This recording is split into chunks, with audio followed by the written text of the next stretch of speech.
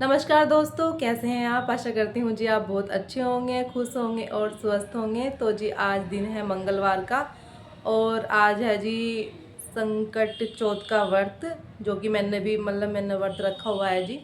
और वैसे तो गांव में सभी औरतें सकट कहते हैं जी, और संकट चौथ भी कहते हैं, और कुछ जगह पे इसे तिल चौथ के नाम से भी पूछते हैं जी। तो जैसे भी बस जहाँ जहाँ जिस तरह से बोलते हैं तो उसी के हिसाब से करते हैं। तो ये व्रत होता है जैसे कि होली अष्टमी का व्रत होता है, ये इस तरह से ही होता है जी।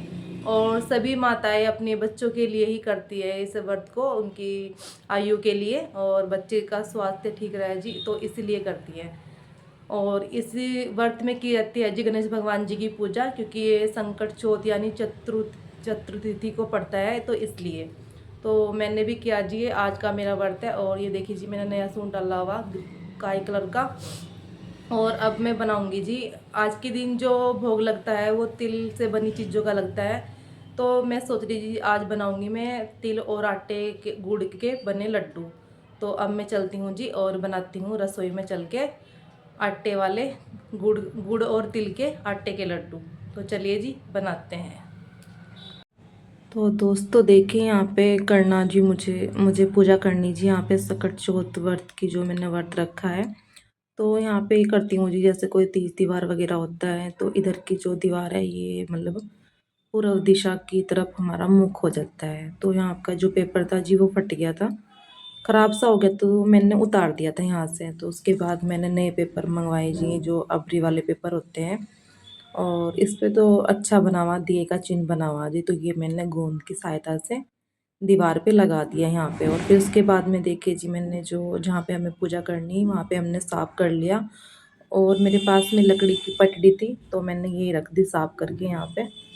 और उसके बाद देखिए जी, कुछ टुकड़ा मैंने पेपर का इस पटड़ी पे बिछाने के बाद में फूल तोड़ के डाल दिए। और यहाँ पे गणेश भगवान जी की मूर्ति स्थापित कर दी, मतलब आसन दे दिया जी फूलों का।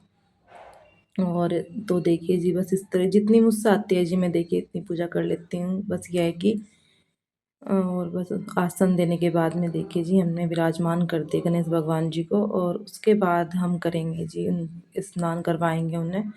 तो एक आप मतलब साफ लोटा जल का ले सकते हैं और मतलब उससे स्नान करा सकते हैं जी फूल से। और आपके पास अगर कोई मतलब जनेऊ है तो आप जनेऊ भी चढ़ा सकते हैं, वरना आप कलावा वस्त्र के रूप में कलावा भी चढ़ा सकते हैं। तो यहाँ पे मैंने देखिए जी, मेरे पास जनेऊ नहीं था तो मैंने कलावा चढ़ाया। और दूबड़ा भी चढ़ाते हैं गणेश भगवान जी को, तो उन्हें बहुत ही अच्छा प्रिय होता है दूबड़ा, तो इसलिए यहाँ पे देखिए जी मैंने तिलक कर दिया कुमकुम से। और उसके बाद देखिए जी, मेरे पास थे फूल। आपके पास जो भी फूल हो आप उन्हें भी मतलब चढ़ा सकते हैं, फूल होने चाहिए बस। तो देखिए जी, जो गेंदा के फूल है, कई तरह के फूल थे इसमें, हल्के वो येलो डार्क से और ये मैरून से कलर के। तो ये मार्केट से ही लेके आई थी जी मैं फूल। तो ये मैंने सारे फूल चढ़ा दिए भगवान जी को। उसके बाद देखिए जी, फिर मैंने एक फूल तोड़ के डाल दिया जी प्लेट में, क्योंकि दिए के नीचे भी हम कभी अपने दिया जलाते हैं तो उसे भी हमें कभी खाली नहीं रखना चाहिए, उसमें भी हमें मतलब उसे आसन देना चाहिए। तो फूलों का ही आसन मैंने गणेश भगवान जी को दिया जी, और दिए को भी फूलों का ही दिया।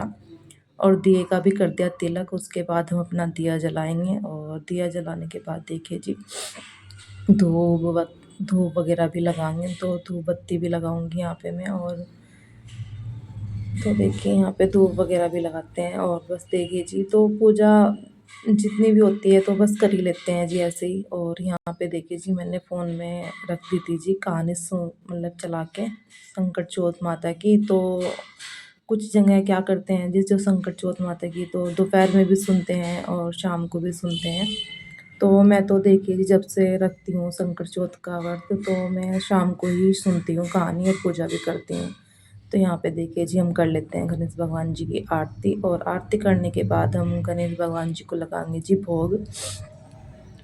तो यहाँ पे देखिए जी, बस मैंने गणेश भगवान जी की आरती कर ली। और उसके बाद देखिए यहाँ पे आपके पास कोई भी मतलब ऋतु फल हो तो आप उसे भी चढ़ा भोग लगा सकते हैं। और दक्षिणा के रूप में आप थोड़े जितने भी आपका मतलब आपसे होता है, तो यहाँ पे मैंने पैसे भी चढ़ा दिए। उसके बाद देख लीजिए तिलकुट का भोग लगता है, तो तिलकुट में बनाई जी मैंने ना तिल और गुड़ के लड्डू, तो मैंने वो भी भोग के लिए चढ़ा दिए। और उसके बाद थोड़े से तिल हम हाथ में लेंगे, भगवान जी का ध्यान करते हुए उन्हें डाल देंगे जी, जो हमारा जल का लोटा है उसमें डाल देंगे।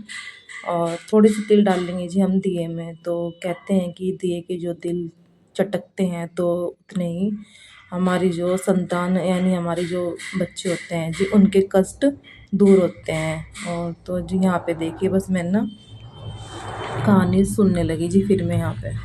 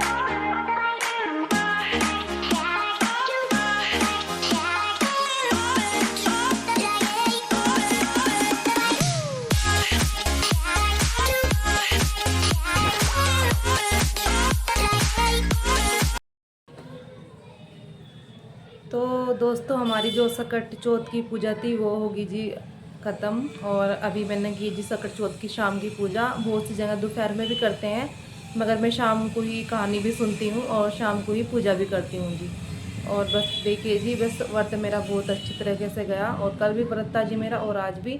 तो हमने कर ली जी पूजा। और अब जब खाने में देखते हैं जी क्या बनाएंगे, क्योंकि खाने में मैंने अभी कुछ नहीं बनाया। और बस पूजा के लिए बनाए थे जी मैंने तिल और गुड़ के लड्डू। तो वो मैंने भगवान जी को भोग लगा दिया और अब पूजा वगैरह कर ली है। और आपको अगर मेरे तिल और गुड़ के लड्डू की रेसिपी चाहिए तो आप जी, आज से ही न्यू चैनल है एक, मनप्रीत मोम एंड फूड के नाम से, तो आप प्लीज़ उस चैनल को भी जाके सब्सक्राइब कर लीजिए। और आपको नई नई रेसिपी मिलती रहेंगी जी उस चैनल पर भी। तो आपको मेरी पूजा कैसी लगी कमेंट सेक्शन में आप ज़रूर बताइए जी। और चैनल पे इस पे भी आप नए हैं तो इसे भी सब्सक्राइब कर लीजिए। और मेरे दूसरे चैनल को भी जाके आप प्लीज़ सब्सक्राइब ज़रूर करें।